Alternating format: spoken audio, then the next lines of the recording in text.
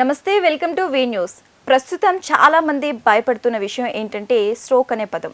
ఎందుకంటే ఈ మధ్య కాలంలో దీనివల్ల చాలా మంది ప్రాణాలు కోల్పోయారు. అయితే తాజాగా ఓ సర్వేలో షాకింగ్ విషయాలు వెల్లడయ్యాయి.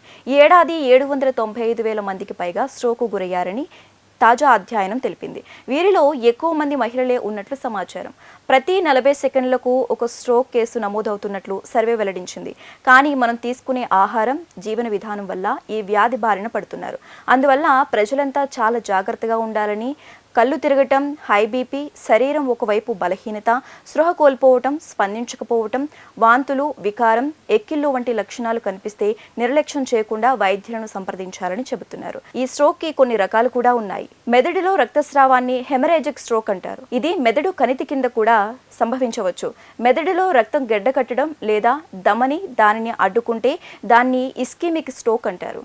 కానీ ఈ స్ట్రోక్ వచ్చినప్పుడు వెంటనే గుర్తించి వైద్యుని వద్దకు తీసుకువెళ్ళాలి. ముఖ్యంగా ఈ స్ట్రోక్ లక్షణాలను ఆసుపత్రికి తీసుకెళ్లిన 3 గంటల్లోపు గుర్తిస్తే త్వరగా చికిత్స అందించి ఆరోగ్యం మెరుగుపడుతుంది.